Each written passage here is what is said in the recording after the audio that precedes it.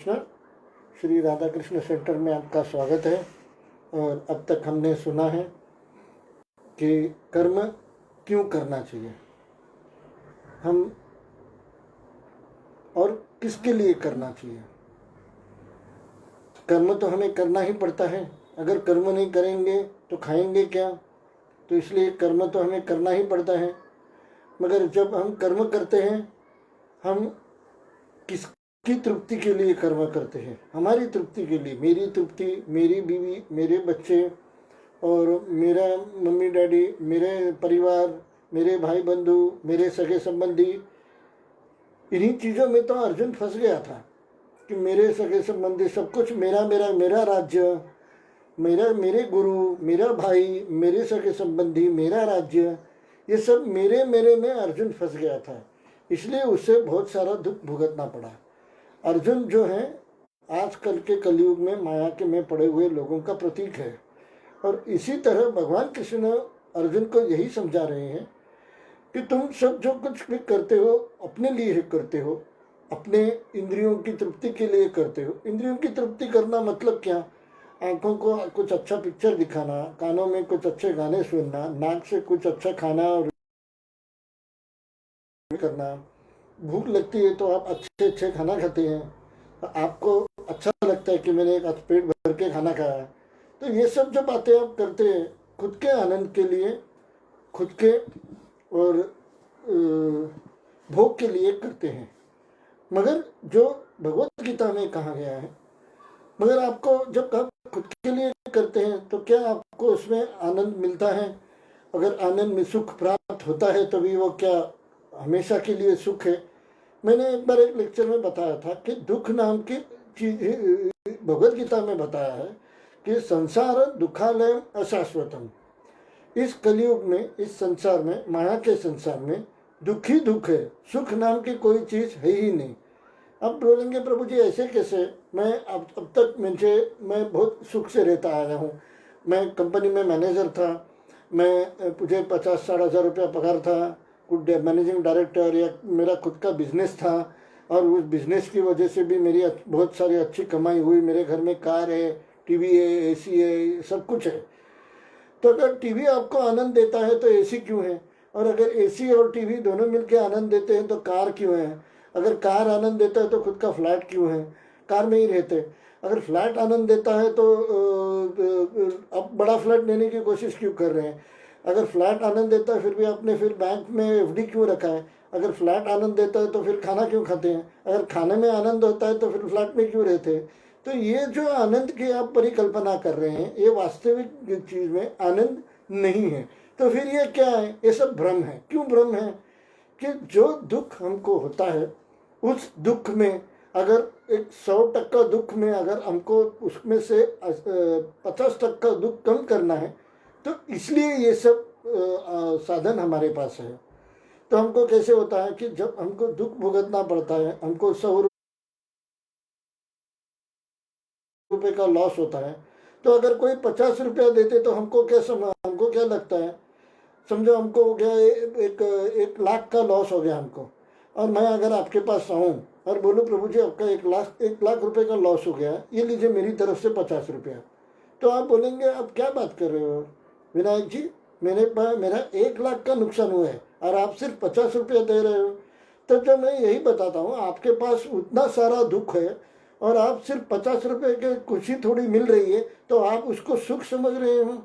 जो भी सुख आपको मिलता है वो दुख थोड़ा कम करता है, इससे ज़्यादा कुछ नहीं।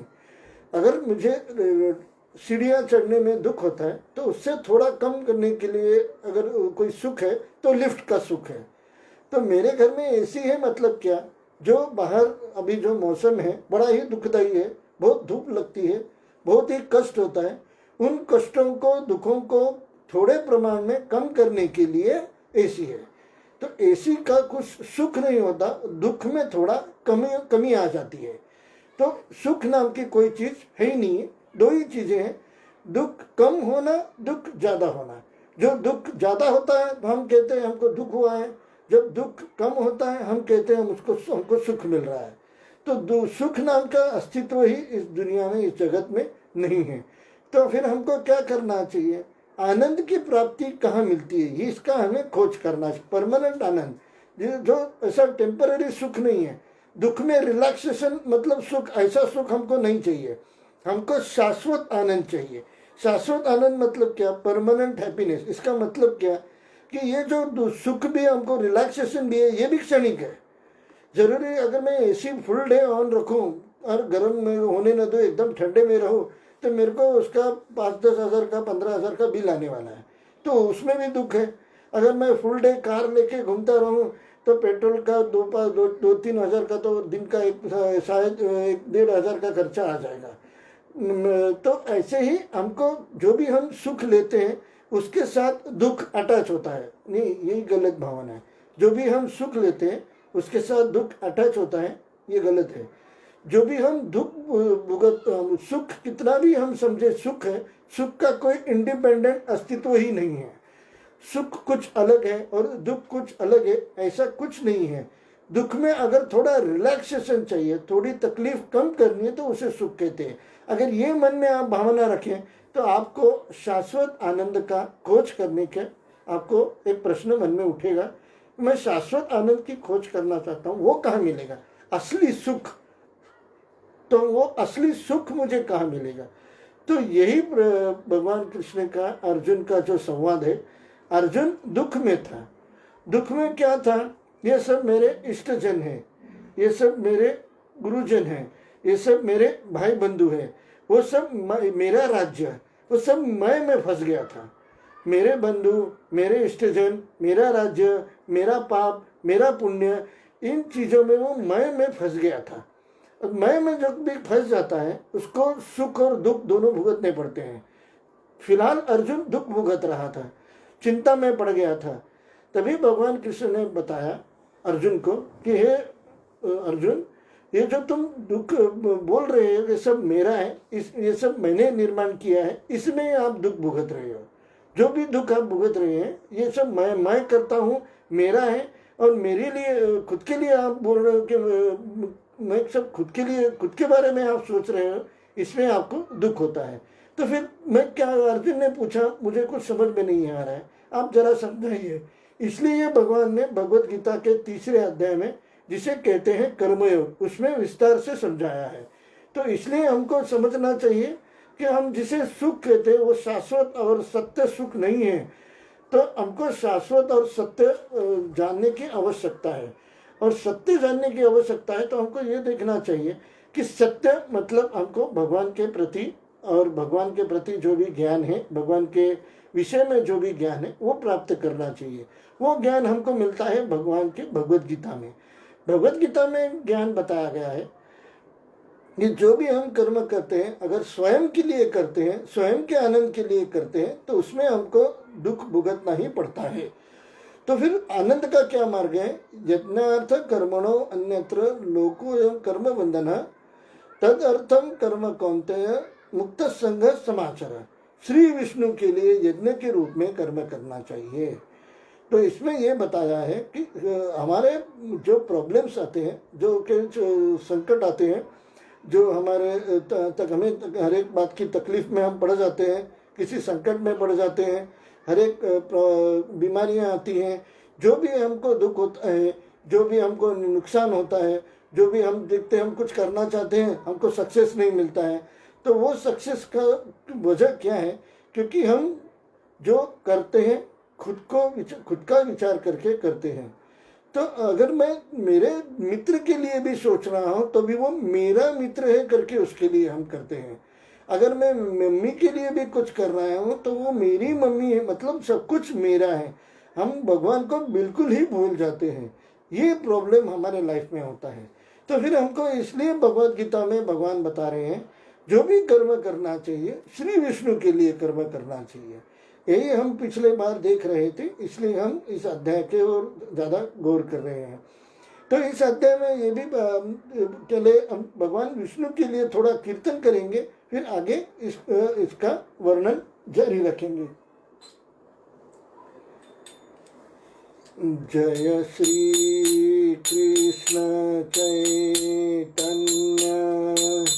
प्रभु नित्यानंद श्री अद्वैत गदाधर श्रीवासादि गौर भक्तवृंद जय राधा माधव कुंज बिहारी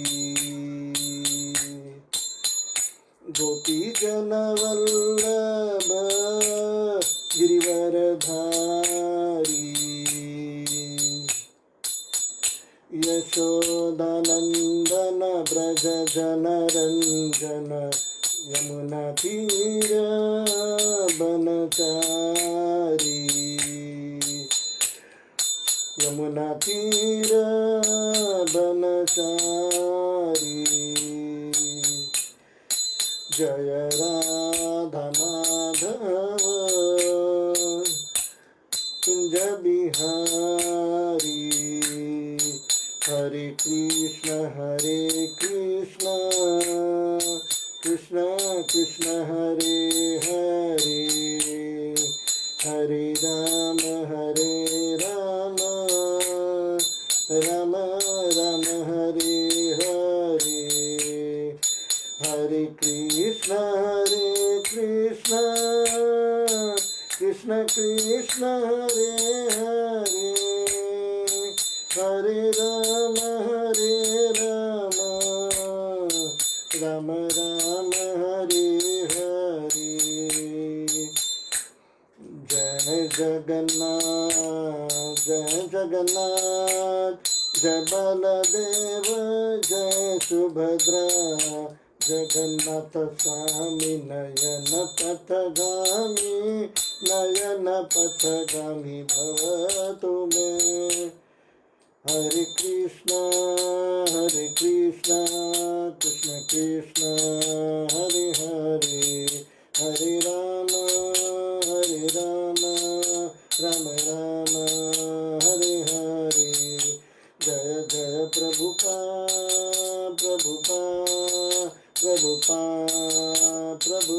निताय गौर हरि बोल निताय गौर प्रेमानंद हरि बोल श्रीला प्रभुपाद की जय। हम थोड़ा विष्णु स्मरण करेंगे। ओम नमो भगवते वासुदेवाय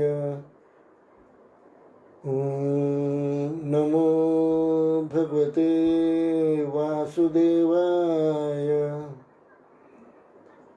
ओम नमो भगवते वासुदेवाय नारायणं नमस्कृतं नरं चैव नरोत्तमं देवीं सरस्वतीं व्यासं ततो जयमुदीरयेत् नष्टप्रायेषु अभद्रेषु नित्यं भागवत सेवया भगवती उत्तम श्लोके भक्तिर्भवति नैष्टिकी।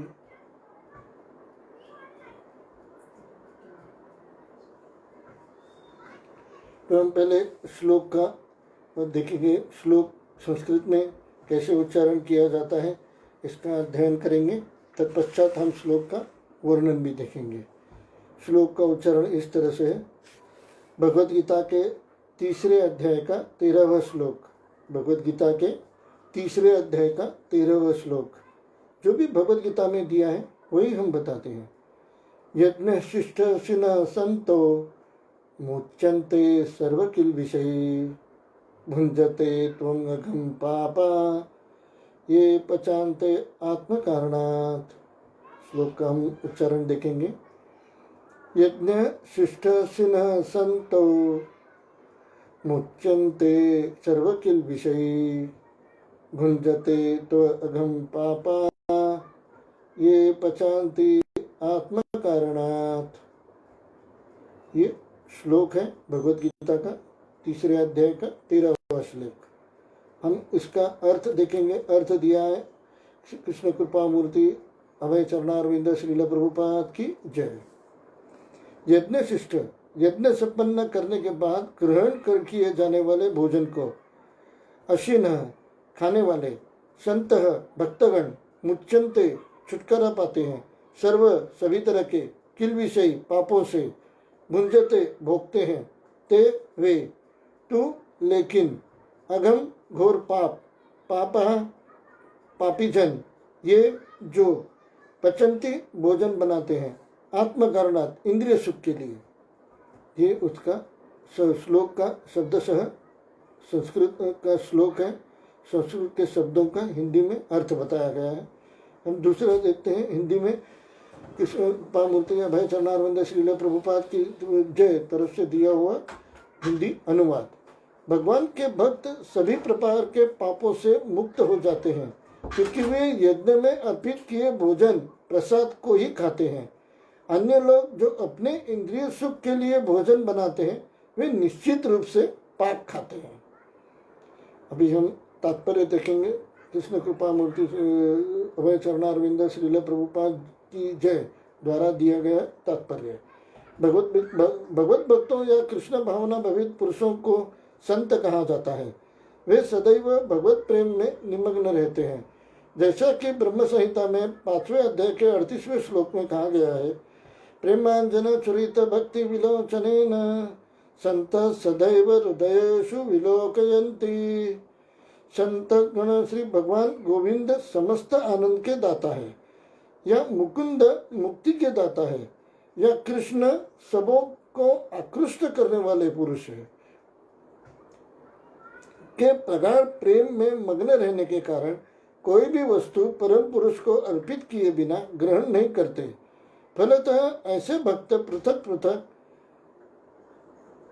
भक्ति साधनों के द्वारा यथा श्रवण कीर्तन स्मरण अर्चन आदि के द्वारा यज्ञ करते रहते हैं, जिससे वे संसार के संपूर्ण पापमयी संगति के कलमश से दूर रहते हैं। अन्य लोग जो अपने लिए या इंद्रिय तृप्ति के लिए भोजन बनाते हैं वे न केवल चोर है अपितु सभी प्रकार के पापों को खाने वाले हैं। जो व्यक्ति चोर तथा पापी दोनों हो, भला वो किस तरह सुखी रह सकता है? ये संभव नहीं है। अतः सभी प्रकार से सुखी रहने के लिए मनुष्य को पूर्ण कृष्ण भावनामृत में संकीर्तन यज्ञ करने की सरल विधि बताई जानी चाहिए, अन्यथा संसार में शांति या सुख नहीं हो सकता। तो ये जो तात्पर्य दिया था, हम इस तात्पर्य का वर्णन सुनेंगे। प्रथम में हम गुरुओं को स्मरण करके उनसे शक्ति प्राप्त करते हैं कि हम जो भी गुरुओं ने सिखाया है, हमारे परंपरा में जो ज्ञान है वही ज्ञान आप तक पहुँचे। हमारे मन में जो भी है, हमारे विचारों में जो भी है, ये हम नहीं बताते। जो भी हमारी परंपरा में, हमारी गुरु परंपरा में गुरुओं ने हमें सिखाया है, सिर्फ वही ज्ञान आप तक पहुंचाते हैं और वही हमें गुरुओं का स्मरण करते हैं। ओम अज्ञानतिमिरन्धस्य ज्ञानाञ्जनशलाकया चक्षुरुन्मीलितं येन तस्मै श्रीगुरवे नमः। श्रीचैतन्यमनोभीष्टं स्थापितं येन भूतले स्वयं रूप कदा मह्यं ददाति स्वपदान्तिकम्। हे कृष्ण करुणा सिंधु दीनबंधु जगतपते गोपेश गोपिका कांत राधा कांत नमोस्तुते।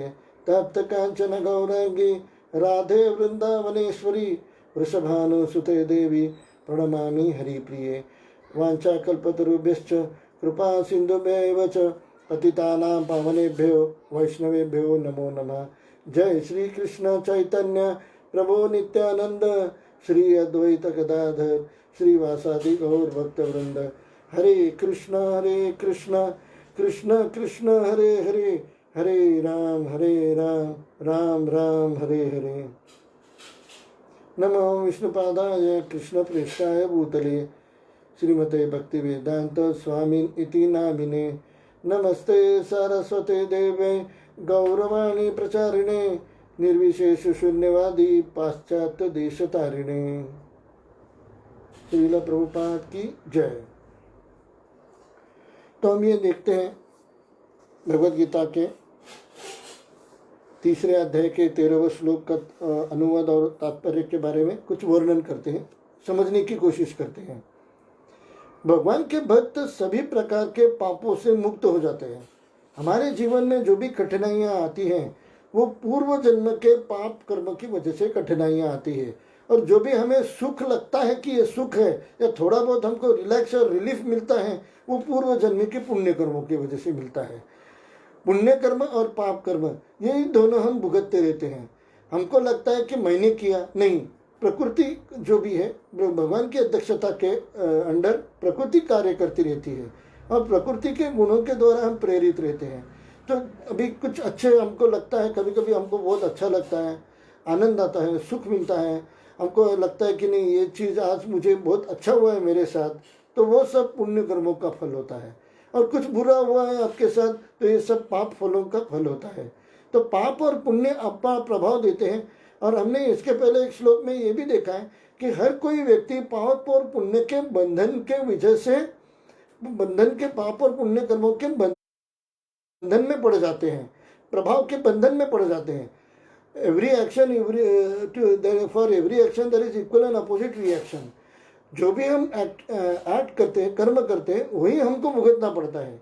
ये तो साधारण सी बात है, सबको मालूम है। It's not a rocket science, कोई बड़े तत्व ज्ञान है ऐसा नहीं है। कर्म का फल हमको भुगतना ही पड़ता है। तो पुण्य कर्मों का फल भुगतना पड़ता है, अच्छा होता है हमारा, कर भला तो हो भला, और पाप कर्मों का भी फल भुगतना पड़ता है, कर बुरा तो हो बुरा। तो यही जो नॉर्मल बात है, यही भगवत गीता में अच्छी तरह से बताई है। पाप करेंगे, मगर हम क्या पाप करते हैं ये भी हमको समझ में नहीं आता। तो हम किसके लिए करते हैं, ये हमारा जीवन का उद्देश्य ही गलत हो जाता है। तो जीवन का उद्देश्य क्या करते हैं हम, कि मेरे लिए, मेरी बीवी के लिए, मेरे बच्चों के लिए, मेरे भाई बंधुओं के लिए, मेरे समाज के लिए, मेरे इसके लिए, मेरे उसके लिए, सब मेरे कुत्ते के लिए। आजकल तो ये भी प्रभुत्व ज़्यादा चल रहा है। तो ये सब वजह से हम जो भी करते हैं, सब कुछ मैं अपने लिए करते हैं, मेरे लिए करने की हमारी बड़ी इच्छा होती है। हम कभी भी भगवान के लिए कुछ नहीं करते। अगर किसी दूसरे के लिए भी किया जाए तो भी वो सिर्फ दूसरे व्यक्ति के लिए करते हैं, भगवान के लिए नहीं करते हैं। अच्छे कर्मों का फल हमें अच्छा भुगतना पड़ेगा, बुरे कर्मों का फल भी हमको भुगतना ही पड़ेगा। अच्छे कर्मों का फल हम विचार कर सकते हैं, चलो अच्छा ही होगा। अगर मैंने किसी को, अगर किसी का अच्छा किया है, समझो एक का कर्जा था, उसको मैंने थोड़ा हेल्प किया है पैसा देके कि भाई तू कर्जे में से छूट जाएगा, तो हमको किसी न किसी जन्म में जब कर्जे की ज़रूरत पड़ेगी तो वो हमको कर्जा दे देगा, तो चलेगा। हमको हमको आने पर कभी कर्जे का प्रॉब्लम आएगा तो मैंने कुछ अच्छा कर्म किया है जिसकी वजह से प्रॉब्लम सॉल्व हो, कुछ अंश तक सॉल्व हो जाएगा। पुण्य कर्मों के फल का तो ठीक है, पुण्य कर्म हो पाप कर्म हो, ये प्रॉफिट एंड लॉस अकाउंट की तरह है। ये आपका मिलता है खर्च होता है, मिलता है खर्च होता है। इसमें जो बैलेंस शीट है, बैलेंस शीट में कुछ आता ही नहीं है। तो हमको प्रॉफिट एंड लॉस अकाउंट नहीं देखना है, बैलेंस शीट देखना है कि हमारे पास हम क्या खाली हाथ पसारे, मुट्ठी बांध के आया था, हाथ पसारे जाएगा तो क्या लेके जाएगा साथ में। पाप और पुण्य कर्म भी हम लेके जाते हैं साथ में, मगर वो भुगतना पड़ता है। पुण्य भी भुगतना पड़ता है, पाप भी भुगतना पड़ता है। तो आप बोलेंगे विनायक जी पुण्य तो भुगतना है, अच्छी ही बात है ना, मगर पुण्य भुगतना मतलब कैसे होता है। अगर हमने कार लिया है तो इसका मतलब ज़रूरी नहीं है कि हम किसी के साथ एक्सीडेंट ना कर दें। अगर किसी के साथ एक्सीडेंट हो गया तो हम पहले पुलिस से डरते नहीं, हमें पहले पाप से डरना चाहिए। अगर हमारे गाड़ी के नीचे कुत्ता आ गया तो हमसे बहुत बड़ा पाप हो गया। अगर हमारे पास गाड़ी ही नहीं होती तो हमारे पाँव के नीचे कुत्ता आना और मर जाना इतना डिफिकल्ट था, बहुत डिफिकल्ट है ऐसी बात होना, क्योंकि हम रास्ते पर देख कर चलते हैं।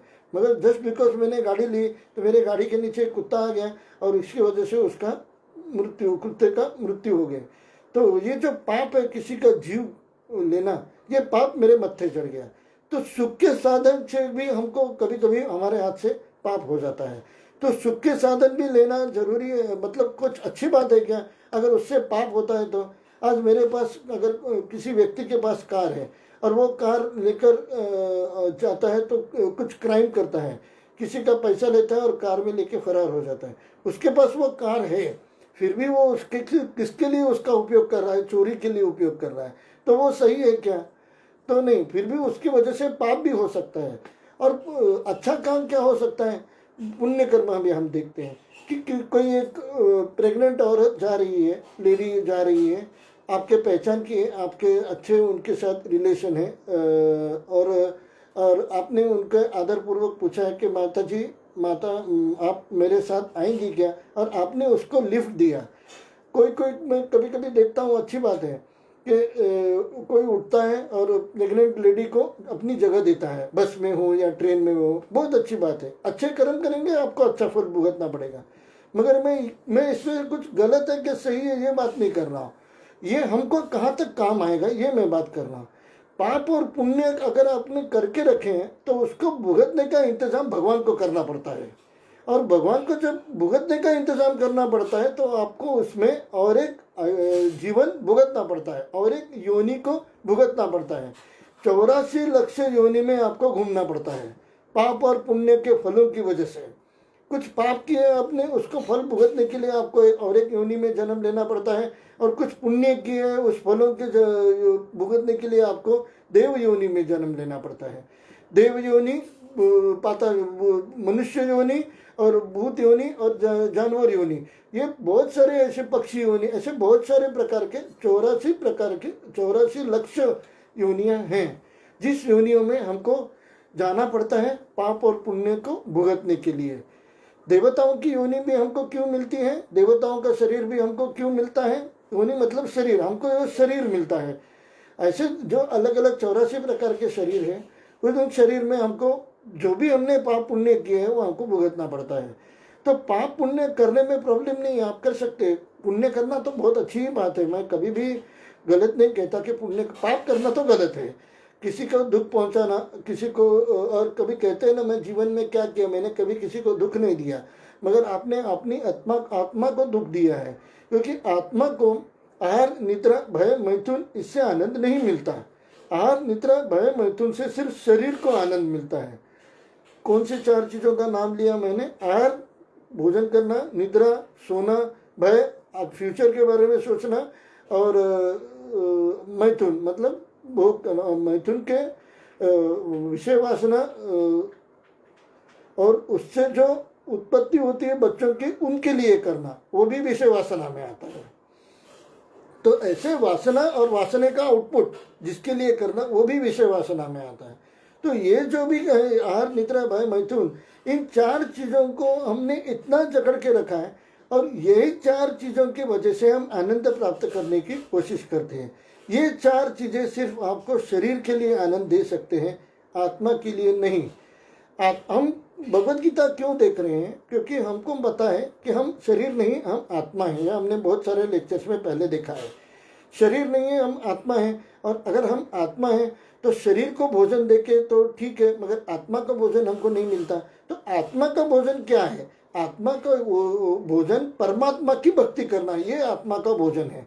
जो भी हम शरीर से कार्य करते हैं वो कार्य का जो एनर्जी, शक्ति जो आती है वो आत्मा की वजह से आती है। हम जो देख सकते हैं, बोल सकते हैं, सुन सकते हैं, ये किसके वजह से होता है? आत्मा की वजह से होता है। हम जो चल सकते हैं, मैं जो आपको अभी लेक्चर दे रहा हूँ, किस वजह से लेक्चर दे रहा हूँ? आत्मा की वजह से लेक्चर दे रहा हूँ। जो भी मैं कार्य कर रहा हूँ आत्मा की वजह से कार्य कर रहा हूँ। तो मुझे शक्ति शरीर के लिए चाहिए क्या आत्मा के लिए चाहिए, ये भी हमको एक सोचने का विषय बन जाता है। क्योंकि अगर मुझे शरीर में बहुत शक्ति है मगर आत्मा में शक्ति नहीं है, तो वो किसी बीमार, इतना शरीर कमाया, जिम में जाके पार्किंसन जैसे रोग हो जाता है और वो शरीर का उसका हिल भी नहीं सकता। इतना मैंने नाम कमाया, पैसा कमाया, किसी कैंसर हॉस्पिटल में पड़े रहते हैं। इतना मैंने पैसा जमा किया है, बांग्ला गाड़ी सब कुछ है, मगर मुझे शुगर की बीमारी है, मैं मिठाई तक नहीं खा सकता, थोड़ा सा भी शक्कर भी नहीं खा सकता, इतनी मेरी अवस्था खराब है। तो पाप और पुण्य दोनों इतना भुगतना पड़ता है। पुण्य तो है, मिलता है, ठीक है, आपके पास पैसा बहुत आ गया, मगर पाप भी साथ में भुगतना पड़ता है ना, बीमारी भी लग जाती है। तो वो पुण्य कर्मों का क्या होता है कि वो पुण्य कर्म मतलब मेरे पास 1 लाख रुपए का धन है और मेरे को बीमारी हो, बहुत बड़ी बीमारी हो गई है, तो कुछ 5 लाख का मेरे पास धन था, 3.5 लाख तो बीमारी में हमने पैसा लगा दिया और वो खर्च कर दिए बस। तो वही तो मैं कह रहा हूँ कि 3.5 lakh rupaya is not a profit. 3.5 lakh rupaya is adjustment to give you relief in the sorrow. 3.5 lakh रुपया का नफा नहीं है, ₹3.5 लाख ये आपके पाप कर्मों के फल को थोड़ा कम करने के लिए उपयोग हो गया और आपको बीमारी से बाहर निकाला, आपको बीमारी में थोड़ी relief milli. C in court में भी वी आर आस्किंग रिलीफ, हमको कुछ रिलीफ दीजिए, रिलैक्स कीजिए, हमको थोड़ा रिलीफ क्या पाप कर्म किया है, मुझे थोड़ा रिलैक्स कर दीजिए। तो पाप कर्म हमने किए उससे थोड़ा कम, तो हमको क्या ज़्यादा से ज़्यादा करना चाहिए? पुण्य कर्मों को, पाप कर्मों को भोगने की कम करने के लिए करने के बजाय हमको विष्णु का हम भक्ति करेंगे तो पाप कर्मों का नाश होता है। ये पहली बात आप ध्यान रखेंगे। गणेश जी का आप करेंगे, देवी माँ का आप करेंगे, देवी देवताओं का, किसी भी देवी देवताओं की बात कर रहा हूँ, करेंगे तो आपको बहुत अच्छा, आपको पुण्य कर्म बढ़ेंगे। वरना पुण्य कर्म आपके पाप कर्मों को नहीं काटते। ये भी ध्यान देने वाली बात आप देखिए, सुनिए, पहले समझने की कोशिश कीजिए। पुण्य कर्म करना, अच्छे कर्म करना, पुण्य कर्म करना पाप कर्मों को नहीं काटता, वो सिर्फ पाप कर्मों को भुगतने के लिए आपको रिलैक्सेशन देता है, रिलीफ देता है, आपको थोड़ा दुख और वेदना कम करता है। पंखा गर्मी को नहीं भगाता, पंखा आपकी बदन की गर्मी को थोड़ा कम करता है। 35 डिग्री सेंटीग्रेड टेम्परेचर, तुरंत आपने पंखा ऑन किया, -35 डिग्री सेंटीग्रेड, पूरे दुनिया का क्लाइमेट -35 डिग्री सेंटीग्रेड हो गया, ऐसा नहीं होता। सिर्फ आपको 35 डिग्री सेंटीग्रेड टेम्परेचर से 30 डिग्री सेंटीग्रेड टेम्परेचर तक आपका शरीर का गर्मी थोड़ा कम करता है। फिर भी आप गर्मी से बचते हैं क्या? नहीं, गर्मी फिर भी होती है, थोड़ा आपको रिलीफ मिलता है। तो पुण्य कर्मों से कमाया हुआ पंखा मेरे सिर्फ थोड़ा गर्मी कम करने के लिए काम आता है, तो वो पुण्य किस काम का? आखिर मुझे दुख भुगतना ही पड़ता है, दुख तो मुझे होता ही है, मुझे कुछ ऐसा करना चाहिए कि दुख ही न हो, या दुख अगर हो तो भी इतना कम हो कि मुझे पुण्य कर्मों की आवश्यकता ना पड़े। हम लोग हमेशा क्या करते हैं? व्यवसायत्मिक बुद्धि, देखिए हम प्रॉफिट के बारे में सोचते हैं। हम नॉर्मल जिंदगी में भी क्या करते हैं कि मुझे ऐसा लगे कि मैं अगर एसी लूँ ही ना तो मुझे इतना बड़ा बिल आएगा ही नहीं। जो के पास एसी, मैं आम आदमी की बात करता हूँ, जो अमीर है वो तो 10 एसी लगा है, मुझे उसमें ठीक है। आप जो, मगर एसी, कोई कोई आदमी ऐसे सोचता है अगर मैं कार खरीदूँ ही ना तो मुझे पेट्रोल का खर्चा आएगा ही नहीं, जब भी जरूरत पड़ेगी रिक्शा वाले को 12 रुपये दिया, बात खत्म। 12 लाख का इन्वेस्टमेंट करने के बजाय 12 रुपये रिक्शा वाले को दिया, 20 रुपये 25 रुपये भी जो भी रेट चल रहा है दे दिया, बात खत्म हो गई। जब भी जरूरत पड़े दे दिया, घर में आ गए, काम खत्म। तो ये भी हो सकता है। तो पाप कर्मों के लिए को कम कर, रिलैक्स होने के लिए पुण्य कर्मों को इस्तेमाल करना कहाँ तक समझदारी है? आपका जो पुण्य कर्म का जो आपके पास स्टॉक है वही आपको दुखों से पार ले जा सकता है, संकटों से पार ले जा सकता है, मगर संकटों और दुखों को भोगना कम करता है, वो निकाल नहीं देता, पाप कर्मों को काटता नहीं है। आपको ऐसे कुछ करना चाहिए कि पुण्य कर्मों को वैसा ही इन्वेस्टमेंट रखना चाहिए आपके ज़रूरत की वजह से। जैसे 5 लाख का फिक्स डिपॉजिट है, इसका मतलब मैं क्या करूं, जानबूझकर कुछ गलत चीज़ बाहर जाके खाऊं ताकि वो सारी बीमारी में चला जाए। मेरे पास बहुत पैसा है, मैं अभी क्या करूंगा, मेरे पास बहुत पैसा होने की वजह से कोरोना में मैं बिना मास्क के घूमूंगा, हो जाएगा कोरोना तो भी मेरे पास पैसा पड़ा हुआ है ना। ये कहाँ की समझदारी हो गई? क्या ये बात बराबर है? नहीं, भले ही मेरे पास बहुत सारा पैसा हो फिर भी मुझे मेरा हेल्थ संभालना है। मैं ऐसा कुछ करूंगा कि मुझे कोरोना हो ही नहीं, मैं मास्क लगाऊंगा, लोगों से दूर रहूंगा, ज़्यादा लोगों के पास, ज़्यादा के एक भी व्यक्ति के बिल्कुल पास जाके बात नहीं करने वाला, दूर रह के बात करूंगा। कभी भी बाहर जाऊंगा ही नहीं, अगर ज़रूरत पड़े तो ही जाऊंगा। तो इसका मतलब क्या है कि मुझे कोरोना होगा ही नहीं। कुछ लोगों ने तो कहा है कि मैं कोरोना का इंश्योरेंस किया हूँ 5 लाख का, अभी मुझे कोरोना होगा तो भी प्रॉब्लम नहीं। अरे ये क्या समझदारी वाली बात हो गई? तो हमको क्या करना चाहिए? पाप से बचना चाहिए। तो पाप से बचना चाहिए मतलब क्या? पुण्य कर्मों को कलेक्ट करने के बजाय पाप कर्मों को कम करना चाहिए। अगर पाप कर्मों को, जो भी हमारे पूर्व जन्म में किए गए पाप कर्मों का जो स्टॉक है, अगर हम उसको कम करें तो ये अगर कम हो रहा है तो हमको जीवन में कठिनाई आएगी ही नहीं।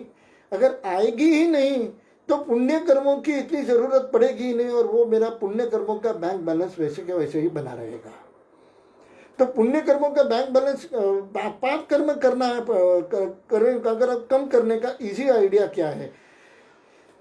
श्री विष्णु के लिए कर्म करना। तो श्री विष्णु के लिए कर्म करने से हमारे पाप कर्म खत्म हो जाते हैं। श्री विष्णु के लिए भगवान के भक्ति सभी प्रकार के पापों से मुक्त हो जाते हैं। कौन किसके भक्त? भगवान के भक्त। भगवान कौन है? भगवान कृष्ण। भगवान कृष्ण के भक्त सभी प्रकार के पापों से मुक्त हो जाते हैं। मैंने अब मुझे लेक्चर कंटिन्यूसली सुनेंगे तो विष्णु और कृष्ण में फर्क नहीं होता है, मैंने पिछले लेक्चर में समझाया है, क्योंकि वे यज्ञ में अर्पित किए भोजन को ही खाते हैं। तो पाप कैसे कम किया जाए, इसका पहला मार्ग मैं आपको बताता हूँ। पहला मार्ग हमने संकीर्तन किया है, उससे पाप कर्म बहुत कम हो जाते हैं। देवी देवता का पूजा करेंगे, संकीर्तन करेंगे, वेरी गुड, कर सकते हैं, मुझे कोई प्रॉब्लम नहीं, मैं बिल्कुल मना नहीं करूंगा, मगर उससे सिर्फ पुण्य कर्म बढ़ते हैं, पाप नहीं कटते। पुण्य कर्मों वाले वेदों में जो वर्णित जो विधियां हैं, वो विधियां करने सिर्फ पुण्य कर्म बढ़ता है, वो विधियों से पाप कर्म नहीं घटता।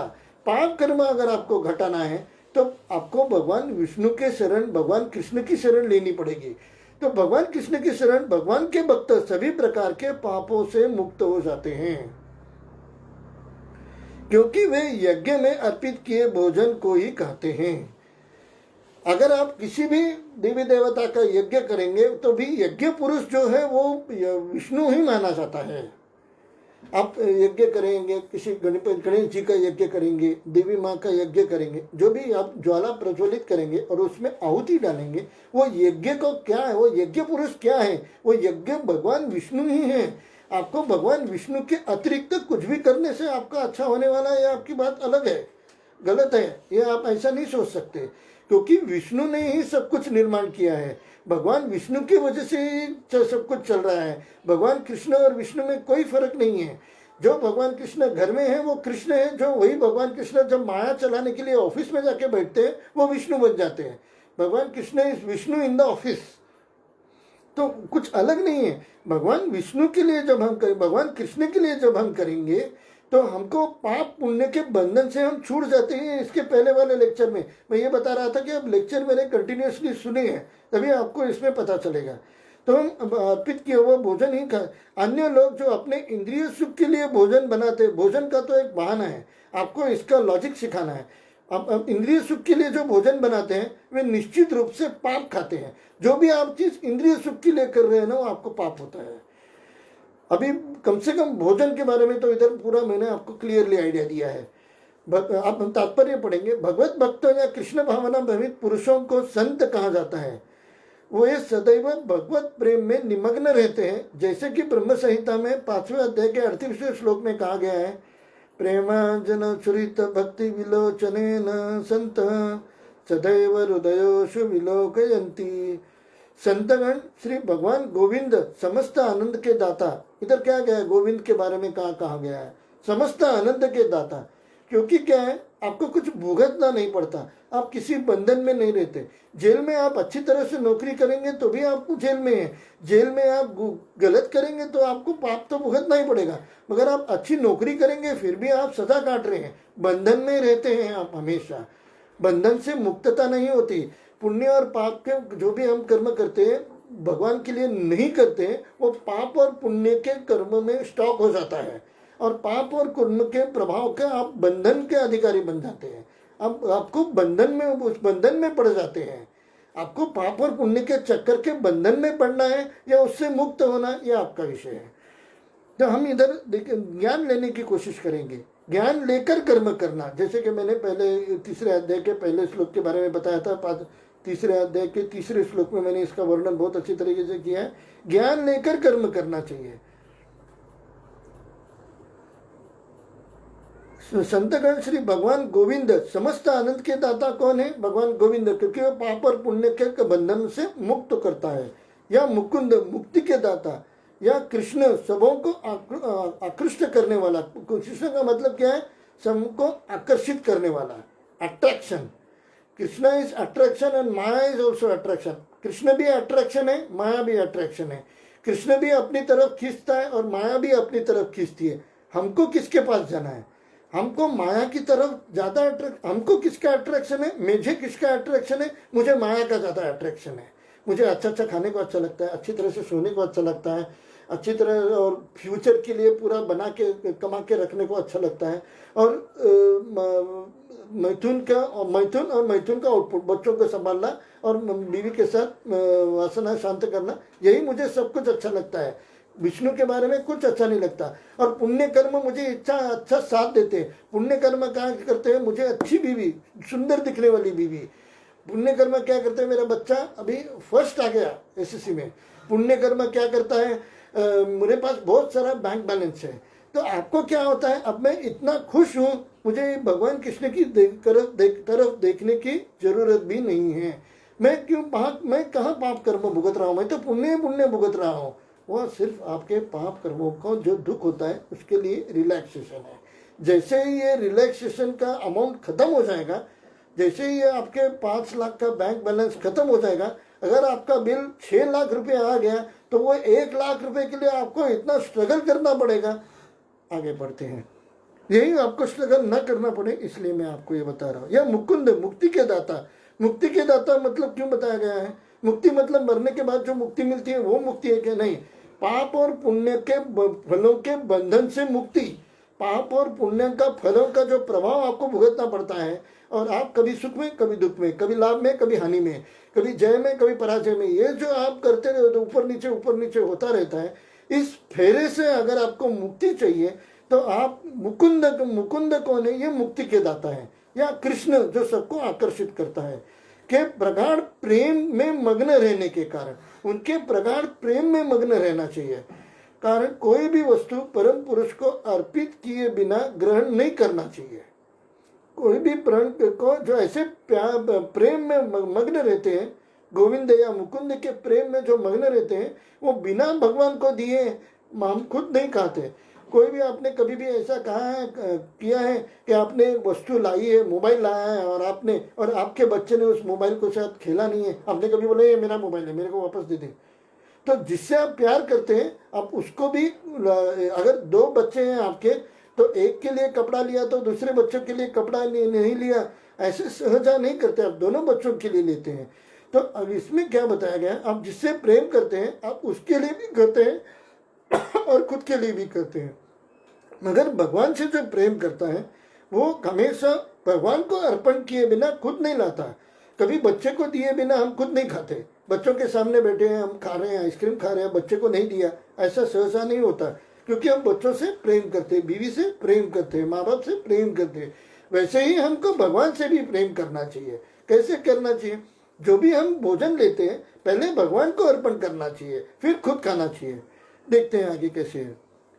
फलतः से ऐसे भक्त पृथक पृथक भक्ति साधनों के द्वारा, यथा श्रवण कीर्तन स्मरण, जो आज हमने तीनों किए हैं, श्रवण कीर्तन स्मरण अर्चन नहीं हुआ है आज, क्योंकि अभी लॉकडाउन है। आप आएंगे राधा कृष्ण सेंटर में तो अर्चन भी हो जाएगा। श्रवण कीर्तन स्मरण हम मोबाइल पे कर सकते हैं, ऑनलाइन आदि के द्वारा यत्न करते रहते हैं, जिससे वे संसार की संपूर्ण पापमय संगति के कलमश से दूर रहते हैं। ये सब करने से क्या होता है, पाप कर्म की जो कलमिश रहते हैं, ये मुच्यंते सर्व किल्बिष है। किल्बिष आते क्यों है? किल्बिष मतलब संकट आना। संकट आते क्यों है, दुख आता क्यों है? क्योंकि हम पाप कर्म करते हैं। मगर ये क्या, जो भगवान के भजन करते हैं उनको कभी पाप कर्म तंग नहीं करते। उनके ऊपर कोई संकट आता है, आएगा तो भी दूर से चला जाता है, हमारे पास नहीं आता। अन्य लोग जो अपने लिए, या अभी जो पाप के संगति से कर्म से दूर रहते, ये मैंने बताया, एक फायदा बताया भगवान का भजन करने से।